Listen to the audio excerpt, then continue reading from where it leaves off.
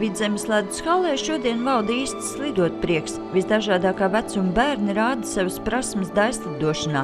Programma katrai no 5 vecuma grupām sava. Vieni jau demonstrē deju priekšnesums, bet citi tikai spēr pirmos solīšus uz ledus. Kas tad ir pats pirmais elements, ko iemāca bērniem daļslidošanā? Vai nu starkītis, vai nu pietupiens, vai nu čūska. Tas ir 3 bāze elementi, kuri mēs mācām, kad mazais bērns atnāk pie mums. Tad ir pirmais treniņš. Reku viņš aizslīdēja, ja? Tad nākošais rekā viņš jau sāk kaut ko atspērties. Reku nākošais solis viņš sāks taisīt šos pašus pirmos elementāros pietupienus, šos šūskiņus, šo stārķīti, ja? Un tad jau tālāk soli pa solim. Slidošanu bērni var sākt apgūt tad, kad iemācījušies staigāt, bet daļslidošanu apmēram 5 gadu vecumā. Tāpēc gadās, ka mazulim burti vēl ir nezināma pasauli, bet pavisam zinām ir vārdi piruete, akselis, Rydbergers un tulups. Man patīk vilciņš. Vai tas nav grūti pietiekami? Nē.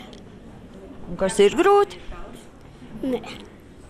Ir kāds elements, kur tu sauc par grūtu? Jā. Un? Aksels.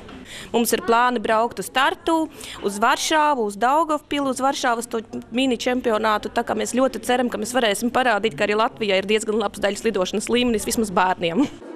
Daļslidošana ir nevien ikdienas darbs uz ledus, bet arī ikdienas treniņu zālē, kas neizpaliek arī pirms sacensībām. Фигурным катанием занимаюсь сравнительно недавно, но это 5 лет.